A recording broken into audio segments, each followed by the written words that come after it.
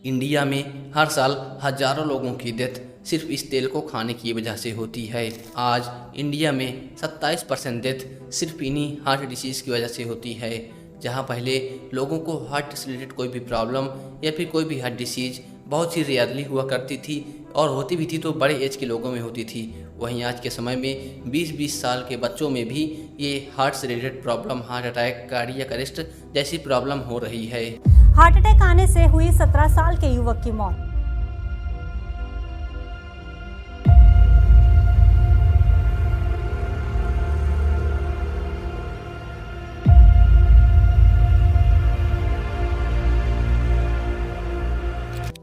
और हो सकता है कि अगला नंबर आपका भी हो। आज की इस वीडियो में हम यह जानेंगे कि ये प्रॉब्लम क्यों हो रही है, किस वजह से हो रही है, इसके पीछे का मेन रीज़न क्या है और कैसे हम इससे बच सकते हैं।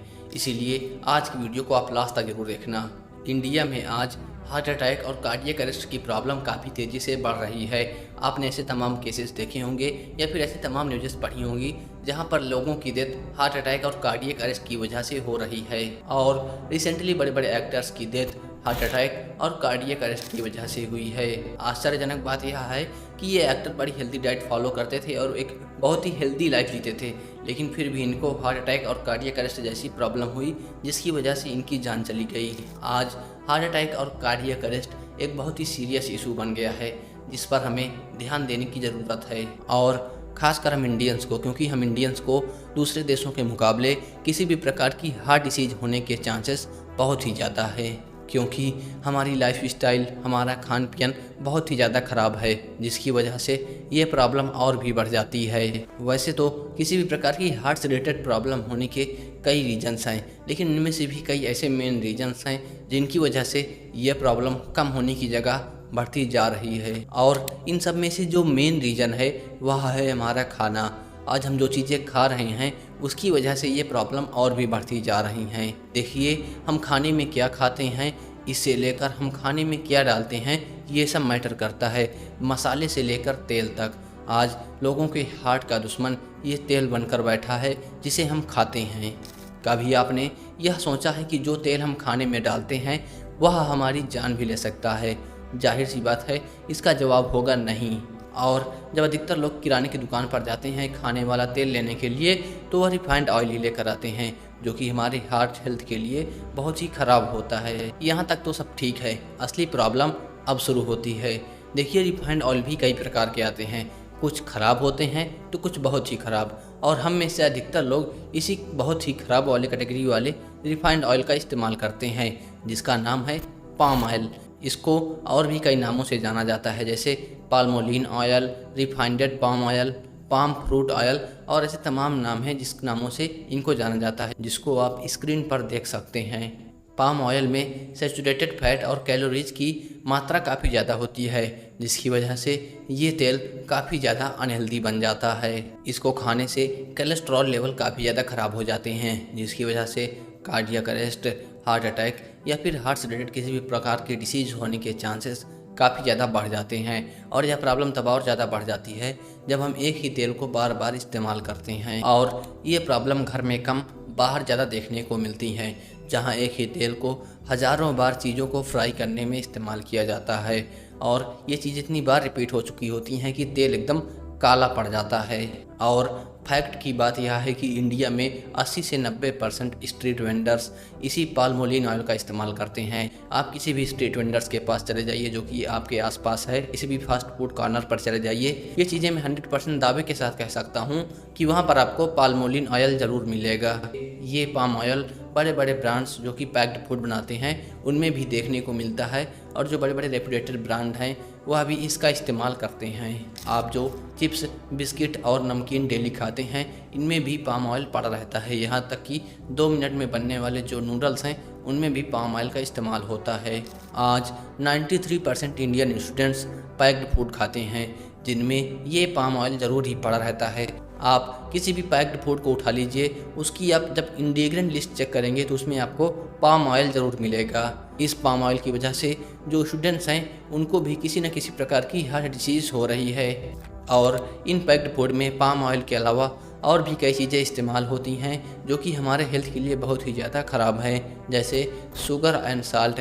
इन पैक्ड फूड में बहुत ही ज़्यादा मात्रा में शुगर इस्तेमाल किया जाता है जो कि हमारे हेल्थ को बहुत ही ज़्यादा ख़राब करता है और हमारे ब्लड शुगर लेवल को काफ़ी ज़्यादा बढ़ाता है, जिसकी वजह से आज छोटे छोटे बच्चों को भी डायबिटीज़ की प्रॉब्लम हो रही है। AHA शुगर रिकमेंडेशन के मुताबिक एक मेन को एक दिन में 36 ग्राम से ज़्यादा शुगर नहीं कंज्यूम करना चाहिए। वहीं अगर वुमेन की बात करें तो ये क्वांटिटी और भी कम है, 25 ग्राम। लेकिन इतनी ज़्यादा शुगर तो हम सुबह और शाम के चाय के ज़रिए अपने बॉडी में ले लेते हैं। आज मार्केट में ऐसे कई प्रोडक्ट्स हैं जो बच्चों की हाइट बढ़ाते हैं, जैसे शुगर बीटा और शुगर प्लान। इनको कंज्यूम करने से बच्चों की हाइट बढ़ती है या नहीं बढ़ती, ये तो कहीं प्रूव नहीं हुआ, या फिर ये इस चीज़ की गारंटी भी नहीं लेते, या फिर कहें तो ये कहीं से सर्टिफाइड भी नहीं है। लेकिन इसको इस्तेमाल करने से बच्चों का ब्लड शुगर लेवल और हार्ट डिसीज़ होने के चांसेस काफ़ी ज़्यादा बढ़ जाते हैं। शुगर बीटा से रिलेटेड एक केस भी हुआ था, जहां पर एक यूट्यूबर हैं फूड फार्मर के नाम से, जिन्होंने शुगर बीटा के ऊपर एक वीडियो बनाई थी और यह एक्सपोज किया था कि इसमें कितनी ज़्यादा चीनी है, जिसके बाद शुगर बीटा के पास एक लीगल नोटिस गई थी और उन्हें अपने प्रोडक्ट में से शुगर की क्वांटिटी कम करनी पड़ी थी। फूड फार्मर के चैनल को आपको एक बार ज़रूर विजिट करना चाहिए। इनकी वीडियोस देखकर आप यह जान सकते हैं कि आपको क्या खाना चाहिए और क्या नहीं, आपके हेल्थ के लिए क्या चीज़ें हेल्दी हैं और क्या चीज़ें अनहेल्दी।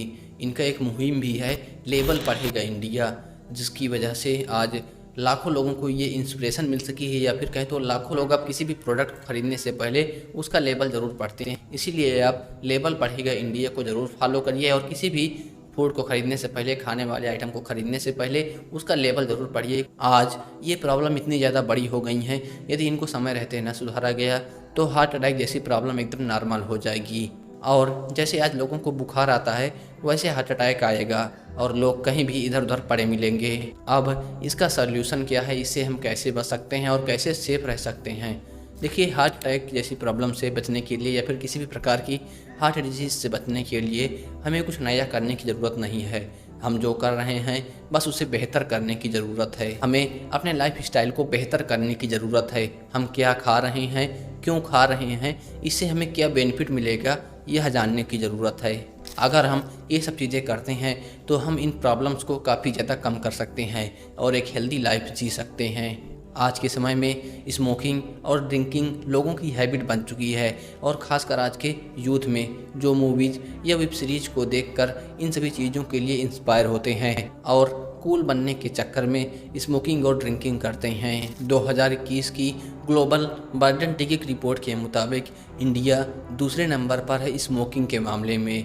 इंडिया में हर साल 13.5 लाख से भी अधिक लोगों की डेथ सिर्फ इसी स्मोकिंग की वजह से होती है। स्मोकिंग करने से हार्ट अटैक और कार्डियक अरेस्ट या फिर किसी भी प्रकार की हार्ट से रिलेटेड प्रॉब्लम के होने के चांसेस काफ़ी ज़्यादा बढ़ जाते हैं, क्योंकि ये सीधे हमारे हार्ट को अफेक्ट करती है। इसीलिए यदि आप स्मोकिंग या ड्रिंकिंग करते हैं तो इसे आज ही क्विट कर दीजिए और जहाँ तक हो सके पैक्ड फूड को भी अवॉइड करिए और ख़ासकर उसको जिसमें पाम ऑयल पड़ा हो या फिर पाम ऑयल टॉप 3 इंग्रेडिएंट में हो, उसको ज़रूर अवॉइड करिए। इंडिया में पाम ऑयल इस्तेमाल करने का जो सबसे बड़ा मेन रीज़न है वह है इसका प्राइस। आप मार्केट में 1 लीटर पाम ऑयल लेने चले जाएंगे, आपको आसानी से 100 रुपये में मिल जाएगा। वहीं अगर आप कोई दूसरा अच्छा तेल लेने जाएंगे वो आपको इसके डबल प्राइस पर ही मिलेगा, इससे कम नहीं। और यही एक मेन रीज़न है जिसकी वजह से अधिकतर स्ट्रीट वेंडर्स जो हैं इसी तेल का इस्तेमाल करते हैं और इसको इस्तेमाल करके अपना प्रॉफिट लेवल बढ़ा लेते हैं और आपका कोलेस्ट्रॉल लेवल। यदि आपको एक हेल्दी लाइफ जीना है और इन सभी प्रॉब्लम से बचना है तो आपको हेल्दी खाना होगा, स्मोकिंग और ड्रिंकिंग छोड़ना होगा, साथ ही में अपने फिटनेस पर ध्यान देना होगा। आज की इस वीडियो के लिए बस इतना ही। इस वीडियो को अधिक से अधिक लोगों तक जरूर शेयर करिए ताकि उनको भी ये वैल्यूएबल जानकारी मिल सके और वह भी सेफ़ और हेल्दी रह सकें। यदि आपको इसी प्रकार के कंटेंट पसंद है तो आप हमारे चैनल को सब्सक्राइब भी कर सकते हैं। और लास्ट में बस मैं आपसे इतना ही कहना चाहूँगा, आप किसी भी चीज़ को खाने से पहले अपने आप से ये 3 प्रश्न ज़रूर करें। ये मैं क्या खा रहा हूँ, क्यों खा रहा हूँ, इससे मुझे क्या बेनिफिट मिलेगा। ये चीज़ें आपको बहुत ही ज़्यादा हेल्प करेंगी आपको हेल्दी रखने में या फिर किसी भी अनहेल्दी चीज़ को ना खाने से। धन्यवाद, मिलते हैं हम आपसे अगले वीडियो में।